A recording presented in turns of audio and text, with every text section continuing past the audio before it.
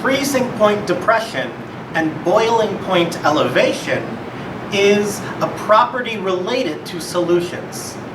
By preparing a solution which is dissolving a solute in some sort of a solvent, the intermolecular forces holding that solvent together are now interrupted.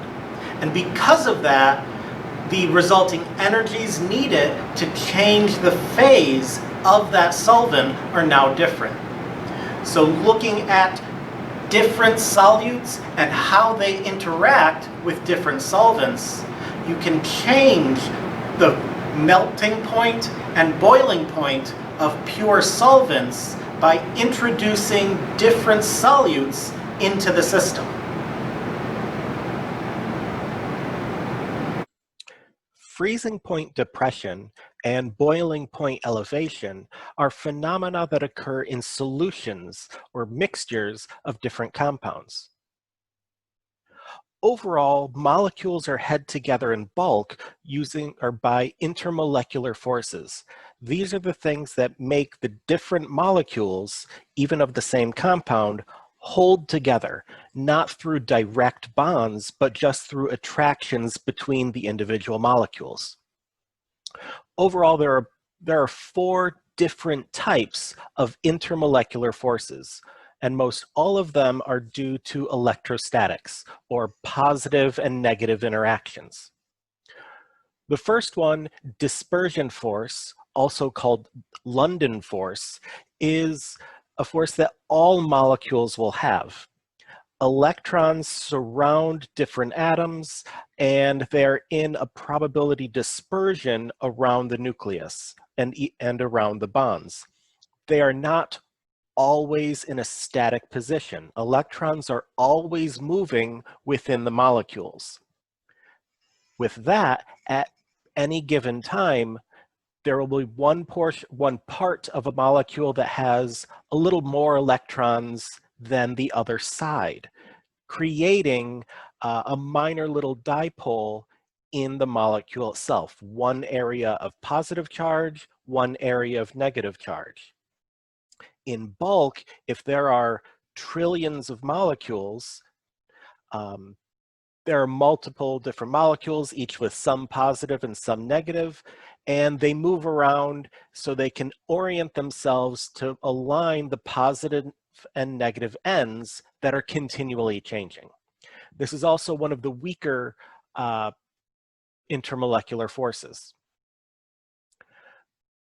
The next one is dipole-dipole interactions, and these are really almost the same thing. They're looking at a positive and a negative charge, but they are 4 polar molecules. A polar molecule is something, or is a molecule where there is always a positive area and a negative area, something like water. The 2 lone pairs of electrons on the oxygen are always a source of a partial negative charge, those negatively charged electrons. On the opposite side of the oxygen molecule are where the 2 hydrogen atoms bond. Hydrogen atoms have a proton, and the electron is in the bond. So those hydrogen atoms have more of a positive charge. And these dipole-dipole interactions occur with these polar molecules where there is always a positive area and a negative area. So they can orient themselves and interact with each other and hold each other together. Hydrogen bonding is a specific type of dipole-dipole interaction. Hydrogen bonding occurs with hydrogen atoms, and only when they're attached to a very electronegative atom, such as really oxygen and nitrogen in particular. Oxygen and nitrogen pull the 1 electron from the hydrogen so close to it that the proton of the hydrogen is almost left by itself, and it can very easily interact with negative charges on other molecules. So negative charges like the lone pairs of electrons on other oxygen or nitrogen atoms. This particular type of intermolecular force is one of the strongest intermolecular forces, and you can see this in water, which is nothing but hydrogen bonding, where you can have water bead up on the table and hold itself together almost in a little bubble. This is because the molecules are holding themselves together to maintain that shape. Something like gasoline or hexane, which does not have any sort of hydrogen bonding or dipole-dipole interactions, will spread all over the table if you were to spill it. The last type of intermolecular force is the ion dipole force. And this is what can be found a lot of times in solutions. This is the, again, electrostatic interaction with positive and negative charges. You're looking at different charged ions, either positive or negative, and the solvent atom, many times water, will orient itself where the negative area of water will face any positive cations, and the positive area of water will face any negative anions.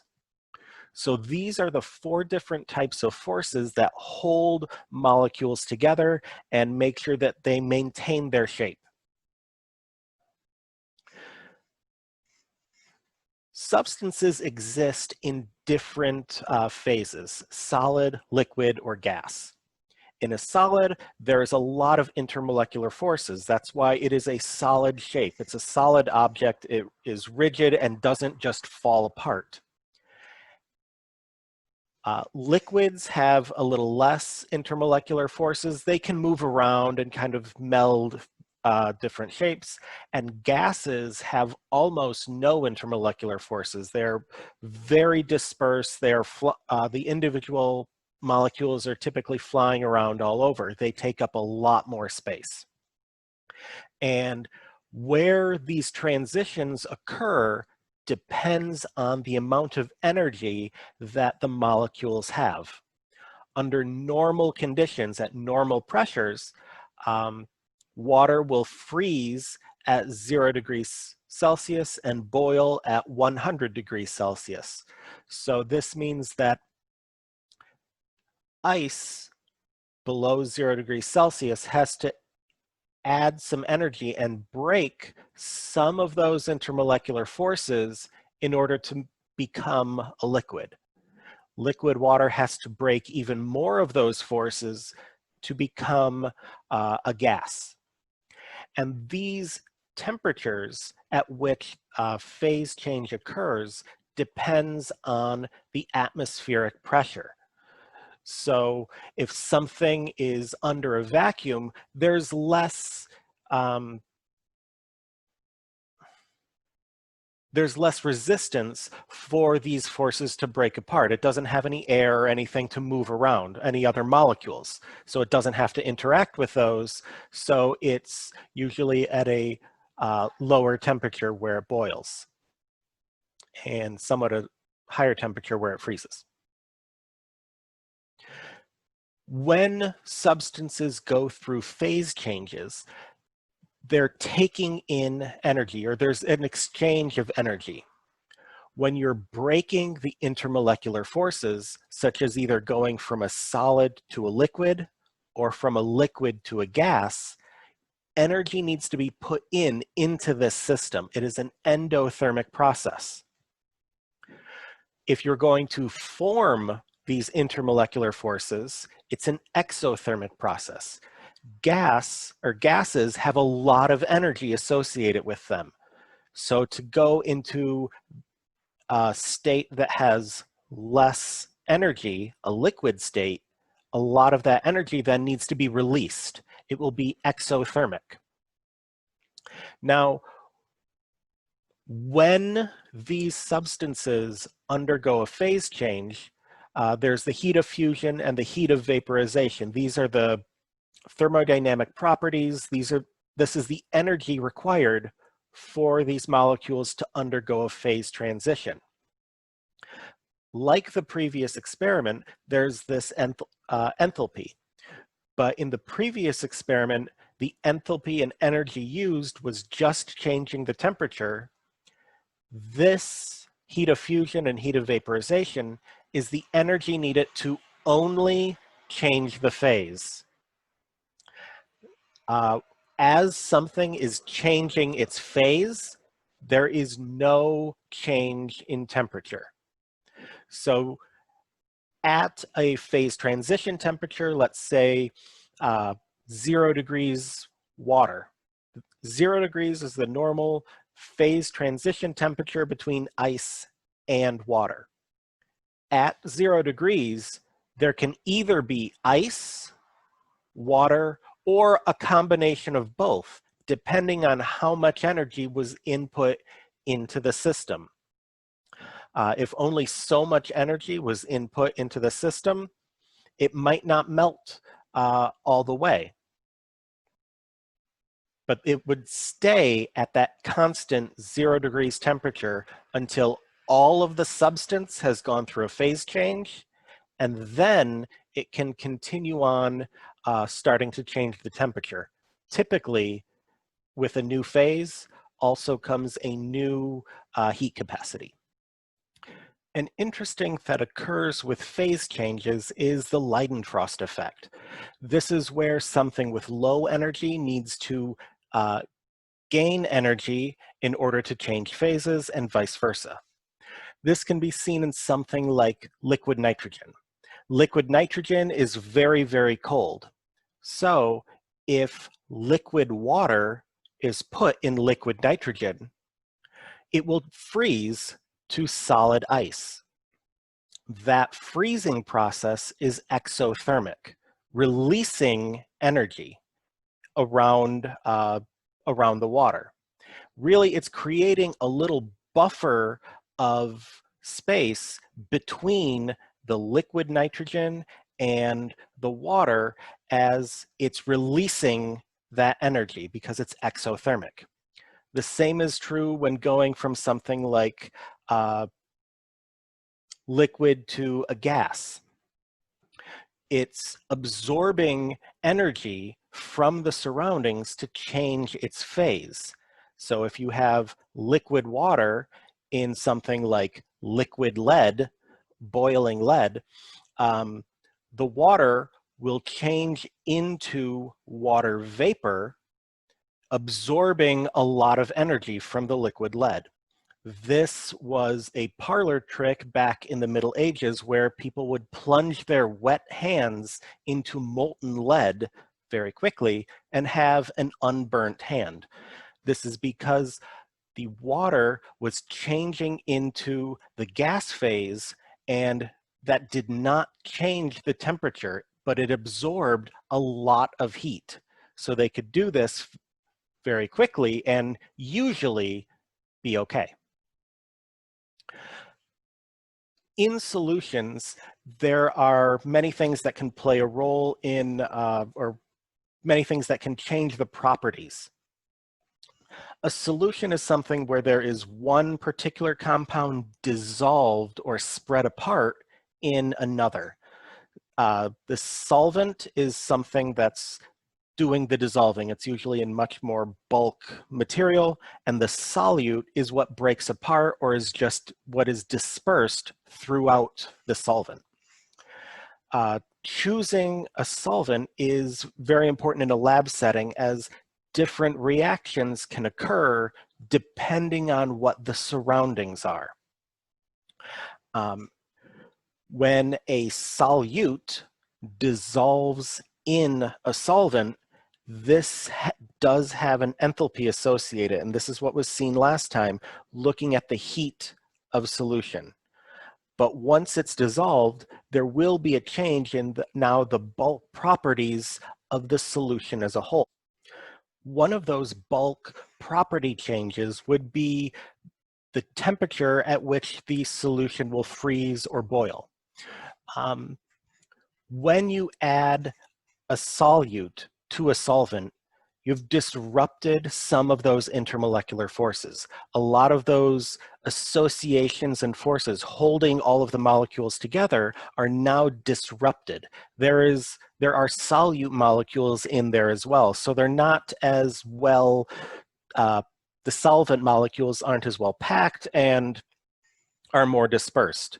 A lot of the intermolecular forces between the solvent molecules would break, but there would be new intermolecular forces, particularly usually ion dipole forces between the solvent and now the dissolved solute. But overall, the intermolecular forces have now been lowered. Freezing point depression is the phenomena where the freezing point or the freezing temperature of a solvent is lowered by adding in a solute.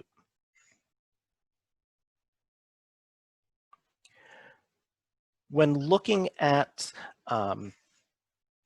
these freezing point and boiling point changes, it does depend on how much solute is there. And to measure that, a term or different unit is used, and this would be the molality of a solution. Molality is the moles of solute over kilograms of solvent. This is still a measurement of concentration similar to molarity, but is much more specific. While molarity is much more widely used in a lab setting and easily measured, it uses volume. Volume itself is temperature dependent. As the intermolecular forces weaken with increased temperature, the space between molecules becomes a little larger. This is why something that's warm takes up usually a little bit more space than something that's cooler. So because of that change in volume, the molarity of a solution will be slightly dependent on its temperature. Molality takes that into account by using the mass. The mass of the solvent is constant regardless of what the temperature is. But in order to use molality, there are some specifics about the solvent that need to be known. First, you would need to know the actual temperature, and if you're using a liquid solvent, you would need to know the density of that solvent in order to determine its actual mass. In calculating the freezing point depression, the molality of a solution is used because the ratio, the specific ratio to molecules of solvent and solute is needed. Each different substance or each solvent would have its own freezing point depression constant. And typically, the change in temperature is calculated by the molality of the solution times this constant. So the actual freezing point would be the normal freezing point minus whatever this change in temperature happens to be.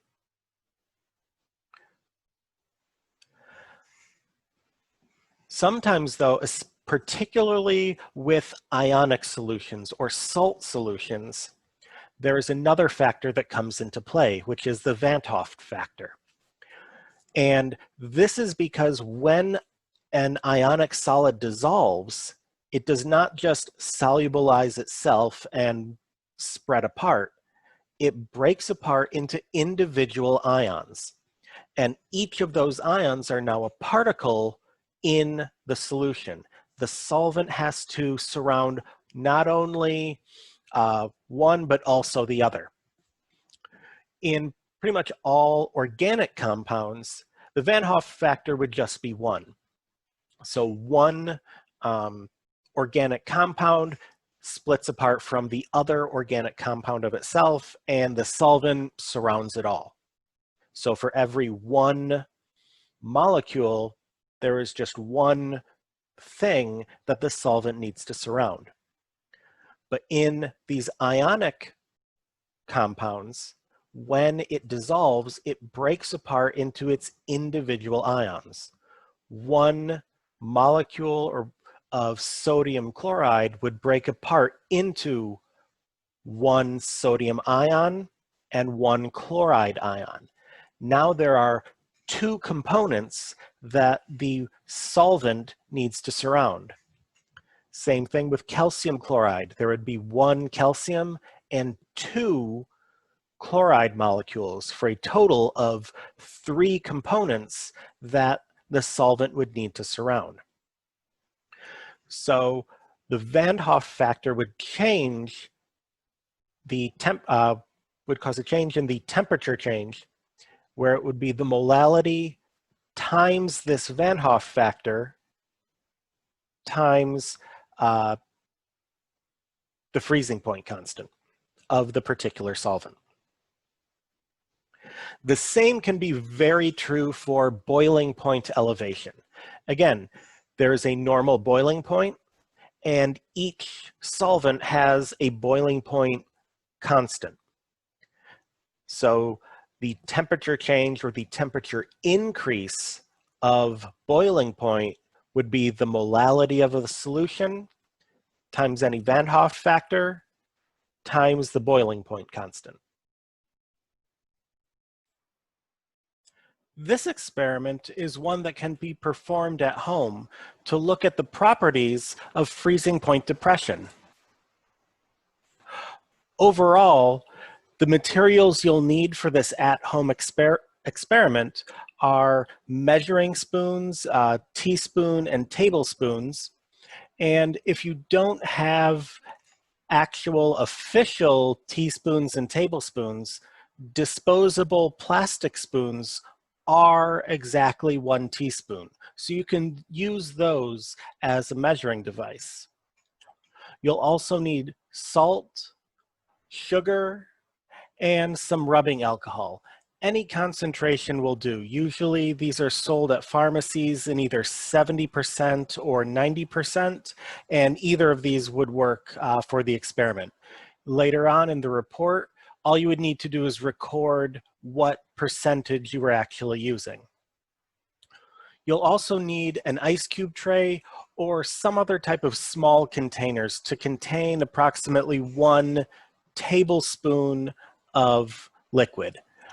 You're going to be placing all of these containers or the ice cube tray into a freezer and observing over the course of a couple of hours the different levels and different ways the solutions that you will prepare freeze.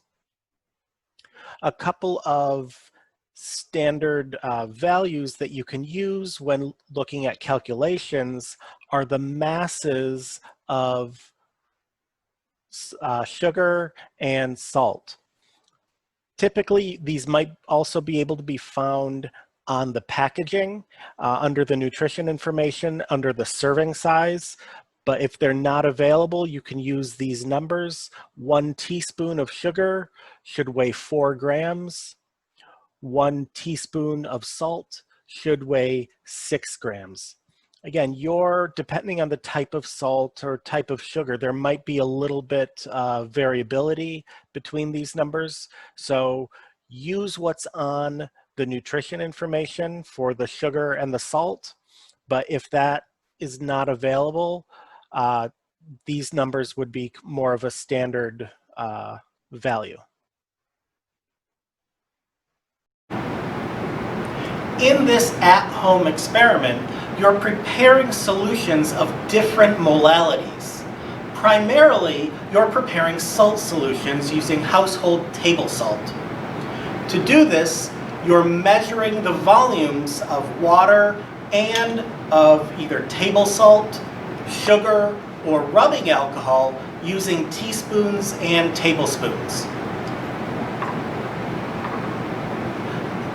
A good reference point is that a disposable plastic spoon is equal to 1 teaspoon. And 3 teaspoons are equal to 1 tablespoon. So what you will do is take the different solute that you're going to be dissolving in water and obtaining a leveled off teaspoon, making sure to level off all of the excess. This is so you have exactly 1 teaspoon of the solute.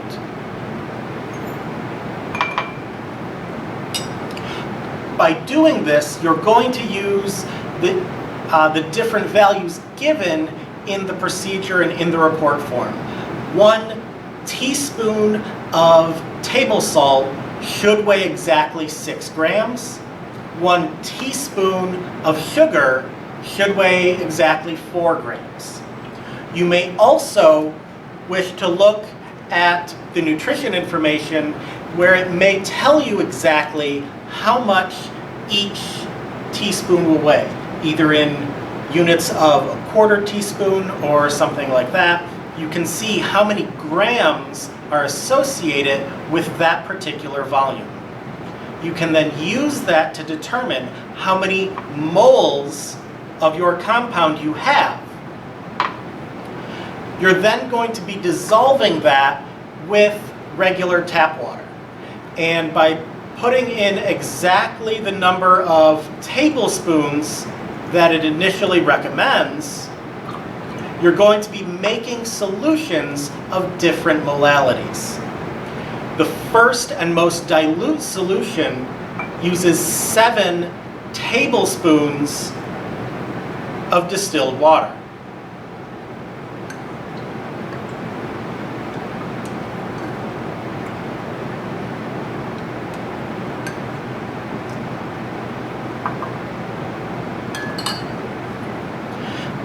The initial solution, the most dilute solution, will need to be stirred slightly, and you're waiting for all of this to dissolve. You're waiting for all of the solute to dissolve in the solvent. When you get to the higher concentration, it will take some time and it will take some stirring in order to dissolve this much salt in tap water.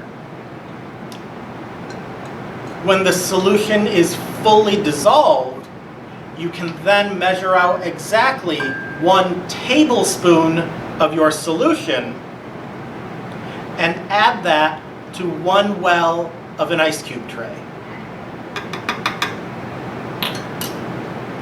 The rest of this solution can be disposed of. You're making these solutions of different molalities of table salt and placing them in different wells of an ice cube tray.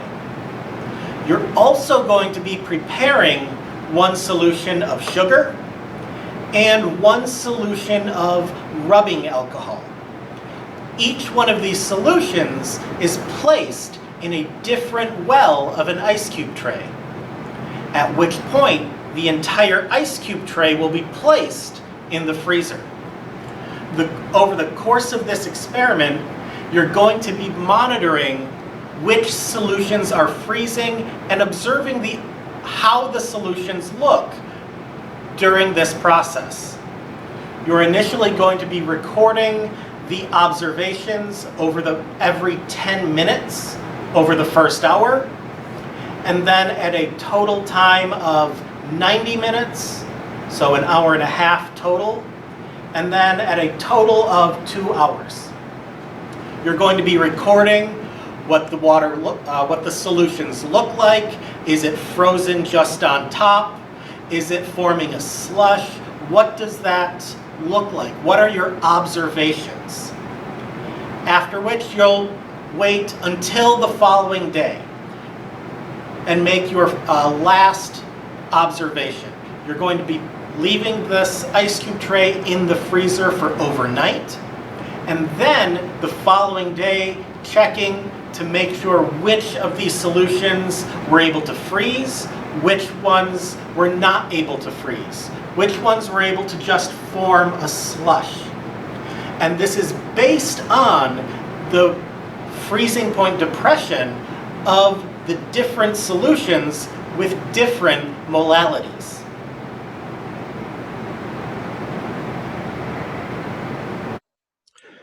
So as was said, you're going to be preparing a number of different solutions of salt, and you'll also prepare one sugar solution.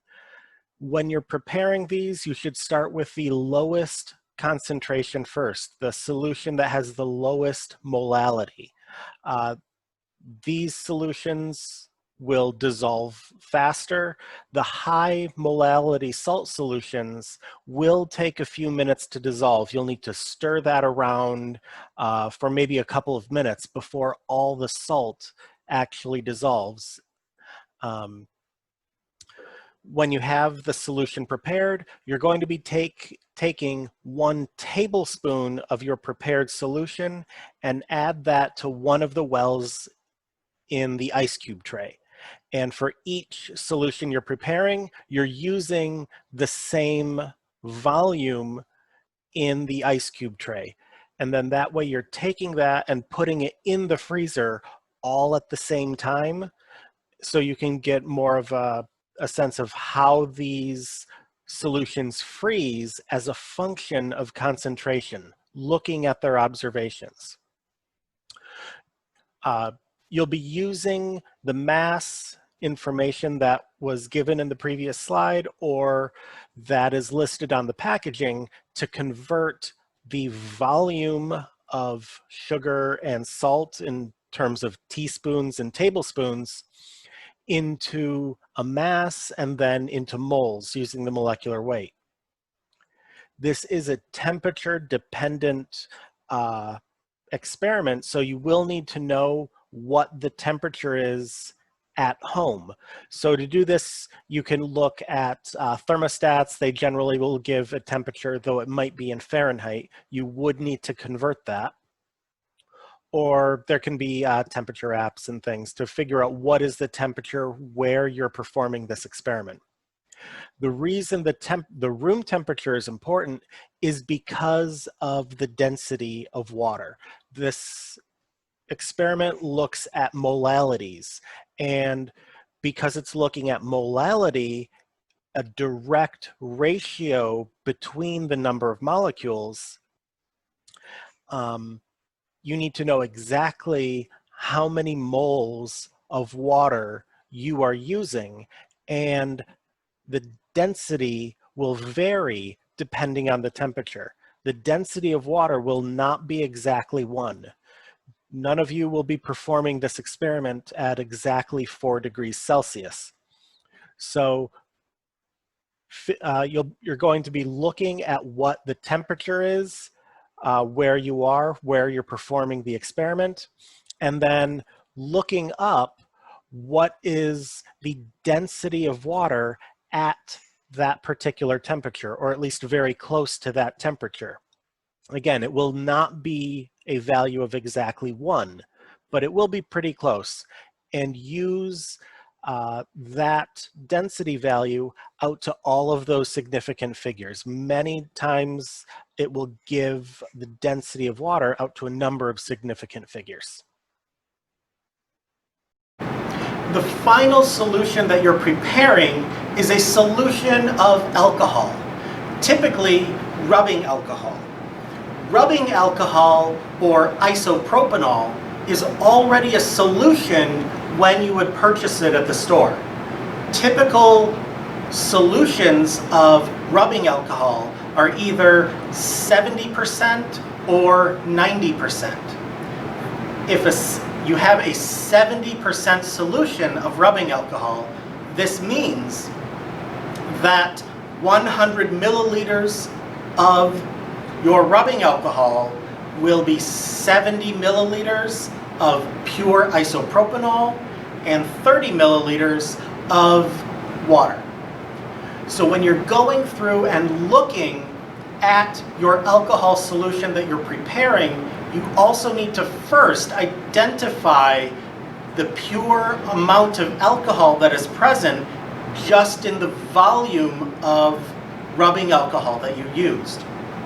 Using different alcohols would give different results, but again, 70% or 90% rubbing alcohol is typical of what you would find. And in the report, you need to account for that to make sure that when you are adding 1 tablespoon of rubbing alcohol, you're not adding a full tablespoon of isopropanol, you're adding 70% or 90% of 1 tablespoon of pure isopropanol. And that corrected value is what you'll be using to figure out the final molality and final freezing point depression of your prepared solution.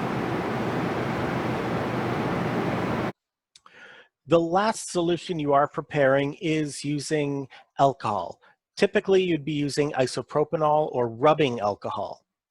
And these purchased bottles of alcohol already contain some amount of water in it. These are already alcohol solutions that are either 70, 90, 91, or some other percentage of alcohol. So they're already a solution. When you measure out your 1 tablespoon or the volume that you're measuring out of your rubbing alcohol, you'll need to figure out how much exactly is there of the chemical itself, isopropanol. This is the solute. Water is the solvent.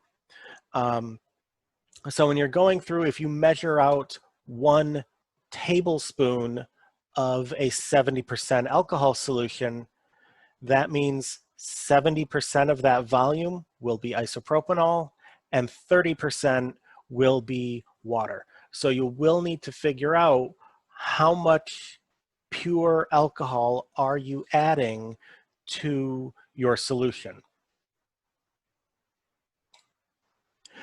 The last part, you're putting all of these solutions in the freezer, and you should place them in the freezer all at the same time. You're looking to see how concentration and how different solutions affect the freezing process. So all of these solutions should be pure liquid when you first put them into the freezer, and take a glance at them every 10 minutes for the first hour, and then at a total time of 90 minutes and 120 minutes, so 2 hours. And each time you look at them, you're going to be recording what your observations are. Are they still a pure liquid? Are they kind of slushy? Does it just have a buildup of ice on top that you can just poke through and that's all?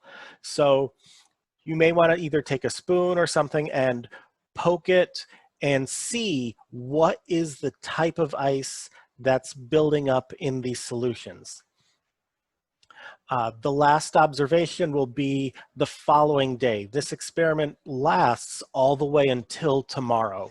You're going to be leaving this ice cube tray or those small cups of solution in the freezer overnight just to get the highest amount of freezing possible. And then the next day you'll go in and finally get your last observations. Which ones froze solid? Which ones are still completely liquid and don't show any sign of freezing whatsoever? And then which ones are someplace in between?